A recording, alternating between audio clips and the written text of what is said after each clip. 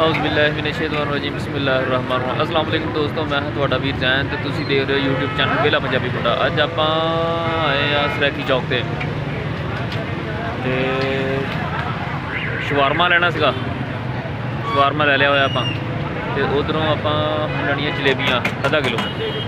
मैं कहा चलो जलेबियां भी खा के देख लीए, रात का टाइम आ ते नाल कप दुध हो जाएगा तो मैं कहना बादशाह माहौल बन जाएगा। वीरा जलेबियां बना रहा वा, तुहानूं दिखाउने आ। यह देखो वीरे हुण जलेबियां बना रहे आ जेहड़े ते आपां जलेबियां बनवा रहे हैं ताज़ा ते गर्मा गर्म। मैं कहना बादशाह क्या बात है। ਇਹ ਬਣੀਆਂ ਹੋਈਆਂ लेकिन ये ठंडियां हो गई थोड़ियां जिहियां। मैं कहा ताज़ा खानियां वा ते वीर हुणी जुड़े हुए आ, यह भी इन्हां दे नाल ही आ माशाअल्लाह। जिहड़े मेरे दोस्त मेरे चैनल ते नवे आ, साडे चैनल नूं सबसक्राइब करो, साडी वीडियो नूं लाइक करो, शेयर करो। दोस्तों जलेबी मैं कहना बादशाह मर्द वास्ते बेहतर, क्योंकि हुंदी ठंडी है, मतलब कि मिठी हुंदी है, चंगी चीज़ है। इस करके कहांगा कि खानी चाहिए है। तो गर्मा गर्म के नाल दुध का कप।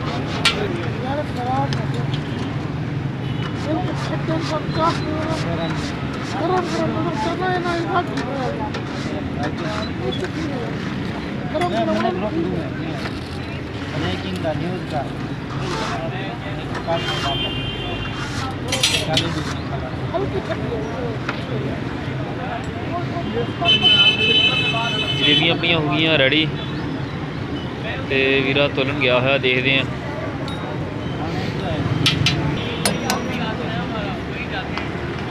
हम तैयार है जलेबियां इधर।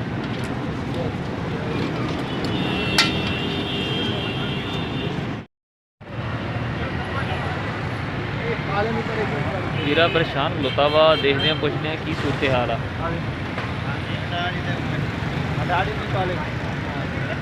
देखो वीरे किन्नी देर आ, कहते थोड़ी देर आ, देखते हैं।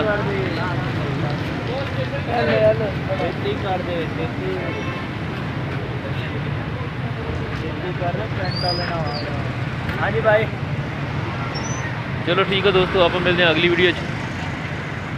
ओके जी, अल्लाह हाफिज़, फी अमान अल्लाह।